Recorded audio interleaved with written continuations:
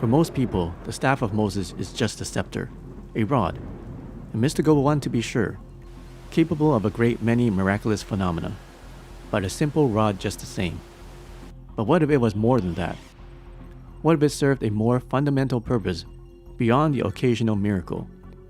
What if it served, and could continue to serve, a purpose of resonant and harmonic connectivity? There are reasons to believe that it did just that it can do that. Reasons you'll be amazed you haven't heard of before.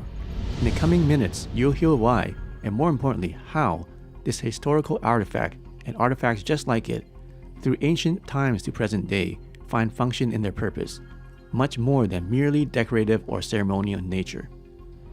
The sacred staff, as it is often referred to, holds the secret to balance and harmony through frequency, enabling the user to bring their own energy in tune, to calibrate the body and the mind with the universe. The origin of the staff of Moses finds root in the scripture of many faiths and legends, notably in the Bible. In Exodus, we first encounter the staff when God appears to Moses in the burning bush. God asks what Moses is holding, a simple shepherd's rod. Moses responds. God tells Moses to toss it to the ground. Miraculously, it transforms into a snake and back again. But what at first appears to be a form of divine magic trick soon evolves into a tool of divine action.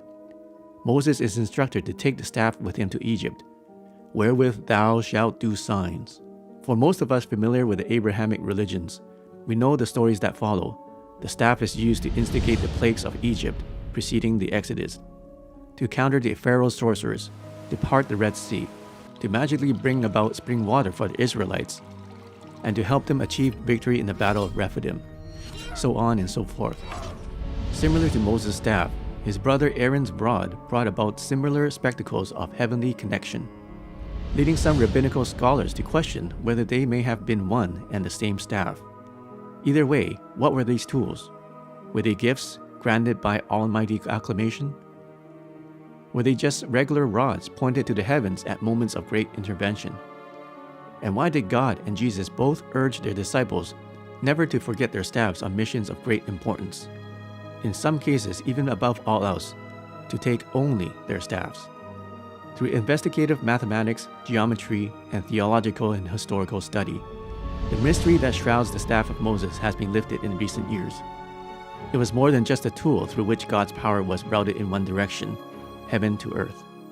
No, more than that, it allowed for energy to be conveyed in the other direction as well, back to a higher power, to the cosmos even, via frequency. Indeed, the powers of this staff transcend Moses and Aaron altogether, for we see by historical record similar devices used by Jesus and Muhammad, by Merlin and King Arthur, by great prophetesses like Isis and Mary Magdalene, and by deities and their vessels in Greek, Roman, and even Mesopotamian times. Minerva, Jupiter, Athena, even Zeus himself, they all carried a staff, rod, or spear. From hieroglyphs to written record, from pictographs to spoken legend, the concept of the sacred staff permeates through the history of humanity as much more than a godly tool, and instead as a means of reciprocal exchange of energies, a sort of antenna, utilized to magnify and boost the electromagnetic forces that compose the human nervous system. Think of it as a radio signal, bringing the energy of the user into harmony with the energy of the universe. Extrasensory perception and alignment allowing mere mortals to receive transmissions from beyond. If that seems a little far-fetched, consider this. In the 1970s and 80s, German biophysicist Fritz Albert Popp was studying biophotons when he found that DNA could send and receive a wide range of frequencies. His research led him to believe that biophotonic signals may be used in the reception, transmission, and processing of electromagnetic data, similar to how we understand the functioning of fiber optics today. Concentrated in the nucleus of our cells, the biophotons he was analyzing represented a range and a variety of frequencies originating within the DNA itself, concentrated in the nucleus of our cells. His conclusion? That biophotons appear to instantly communicate with all the cells of the body, resonating radio waves of informational energy. To put it simply, at our very core, we are hardwired to interface with radio frequency antennas, that in some ways our bodies can serve as antennas themselves, or at the very least, assist in boosting signals with the right tool at our disposal. And so, the staff of Moses, the rod of Aaron, the sword of Arthur, the scepter of Isis, if they were all forms of antenna, it stands to reason that the users of these sacred staffs were in direct communication via radio frequency with the divine, and the universal knowledge and wisdom that comes along with it. We know that the length of an antenna is in proportion to its frequency. An antenna's frequency is deciphered by dividing the speed of light in inches by the full wavelength of the antenna. Therefore, knowing the measurement of the staff of Moses, or any sacred staff, we can ascertain and replicate the frequency by which their powers of communication were achieved. From there, we can reproduce and channel that frequency for modern purposes. The measurement hides almost in plain sight. Left behind includes within records of the times, in objects both ancient and mystical, like the Ark of the Covenant and the Holy of Holies Temple, and those more obviously accounted for today, like the Great Pyramids of Giza in Egypt. The measurement was lost in translation, due to the difference between the cubit and the royal cubit, as defined in ancient texts. Understanding this difference, we can accurately decode what was otherwise concealed. By these means, it has been determined that the Ark of the Covenant was 51.5125 inches in length inside. Likewise, the slope or angle of the pyramids is 51 degrees, 51 minutes, and 25 seconds. We can find this number varied yet again in the length of Noah's Ark, 505.125 feet. This numerical pattern continues, with only the decimal shifting across units of measurement. The staff of Moses and some of its counterparts can be safely measured at 51.5125 inches, in line with historical depictions of it in relation to the height of its user. We can determine then that all of these objects, the staffs, the Ark of the Covenant, Noah's Ark, and the Great Pyramids themselves, operated with the same frequency. We can take a step further and determine that these objects were all connected, created even, to function together, as if by master plan. At this height, the staff used as an antenna would be 1/4 wavelength, making 4 staff lengths a full wavelength. 51.25 inches multiplied by 4 is 17.17 feet, the exact radius measurement of the Holy of Holies Temple, home of the Ark of the Covenant. This is also the exact width measurement of the King and Queen's chambers within the Great Pyramids. You can see then that the overlapping evidence suggests that the connection between these objects is more than just coincidental. It is intertwined as if by providence. Multiply the length of the staff by 112, the divine number found in Hebrew numerology, and you will account for the exact height of the Great Pyramid itself. The number 112 is considered to be God's own number, signifying a balanced means to gaining higher consciousness. It seems undeniable that the pyramids are divinely inspired constructions, that the staff is a transmitter, capable of routing higher consciousness to its user. In connection with the peak of Egyptian technology and architecture, resonating through frequency from our simplest cells to the most high powers of the universe, the staff of Moses is both a measuring rod and a frequency, reflecting the creation of the pyramids.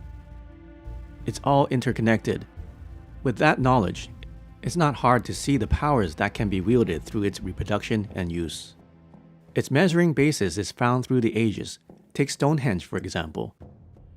When King Aurelius decided to construct a monument to commemorate fallen nobles lost to the Saxons, it was Merlin who suggested using giant stones in formation. And where is that formation located geographically? It rests at 51 degrees, 51 minutes north latitude, and is likewise as mysterious in origin as the pyramids. History in pattern, dots connected. We see now that through mathematic deduction, the parallels and similarities repeat endlessly. But what about the sacred staff symbolism? Remember that very first biblical instance when God transforms Moses' staff into a snake. It's a transformation that occurs several times more in Scripture. There's more to that than it seems.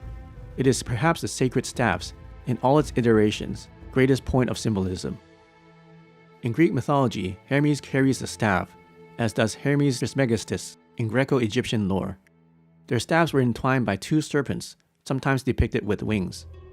This imagery is known as the caduceus, and while you may not have heard its name, you have no doubt seen its form many, many times. most often in the icons and symbols of institutions and organizations. By some accounts, the caduceus dates back to Mesopotamian times, some 3000 to 4000 BC, when the Sumerian god Engishzida had a staff with two snakes wrapped around it. In Roman times, the symbolism continued in the hands of Mercury, the messenger of the gods, whose own staff was also wound in serpents. Mercury's role sounds familiar, doesn't it? Messaging and interfacing with the gods. Could it have been the staff itself that allowed for such transmission? Similarly, and often confused for the caduceus, is the lesser powerful but still symbolic rod of Asclepius. Asclepius was a Greek god whose staff was wrapped by a single serpent rather than two. Where caduceus represents commerce and exchange of ideas, the rod of Asclepius represents healing and medicine. It features prominently in the emblem of the World Health Organization, for example. In both, we see an interweaving of converging harmonic principles, exchange of energy, and by correlation, an exchange of well-being.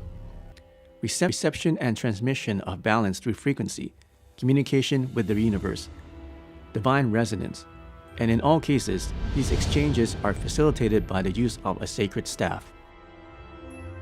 Ancient manifestation technology. It's no longer a secret lost to time. Understanding the principles of the sacred staffs of history, we have harnessed the same resonant features to create a modern-day staff, capable of providing you with exclusive access to awesome supernatural power. Let us introduce you to the Staff of Legends. Featuring high-grade copper winding, our Staff of Legends is no static device. Using a frequency generator, it has electricity flowing through its shaft, energized by powerful electrons. This enables the staff to take advantage of spiritually tuned frequencies, the same frequencies that Moses and so many others throughout history have been able to tap into with their staffs. The Staff of Legends' upper shaft is wrapped in two serpents, providing coiled spiral energy, known in Hinduism as divine kundalini. Each snake features jewels as eyes, rubies on one and sapphires on the other. Above their heads, a 9-petaled lotus flower protrudes 360 degrees around, fulfilling the flower's ancient significance: purity, enlightenment, self-generation, and rebirth. Cradled above the lotus, topping the staff, is a jewel-encrusted sphere, inset with 5 sapphires and 8 topaz stones, 4 white and 4 blue. Our carefully selected jewels bring an added significance and resonance to the Staff of Legends. The total number of gems is 17, a number of spiritual importance. Our carefully selected jewels bring added significance and resonance to the Staff of Legends. Jewels were a standard feature on many historical staffs and spiritual devices, and their purpose has been much more than decoration. In Exodus, we are told how Moses was instructed by God to create a gemmed breastplate with cunning work for his brother Aaron to wear in his priestly duties, with 2 onyx stones engraved with the names of the children of Israel, 6 of the tribes on one and 6 on the other. Aaron shall carry the name of the sons of Israel on the breastpiece of decision over his heart when he enters the sanctuary. It is believed that the high priest who wore this breastplate were able to use its jewels as a means to mitigate God's powerful energies and to his divine will. The jewels on the Staff of Legends serve a similar purpose, shielding the bearer against frequencies too powerful, while encouraging enhanced transmission. To complete the package, the bottom of our Staff of Moses shaft is tapered by a miniature obelisk, further enhancing its overall antenna mechanism. Each nuanced facet of our Staff of Legends works together in harmony to bring about powerful personal powers for the user, benefits that simply can't be achieved by any other means. With the staff in hand, you will be able to amplify your manifesting power, enhance your psychic abilities, magnify your magnetic attraction, connect with higher spiritual energies, access ancient knowledge, broadcast your intentions more powerfully, bring positive energy into your home or sanctuary, and so much more. The Staff of Legends isn't available to all. This technology is simply too powerful to be used by the inexperienced or unknowledgeable.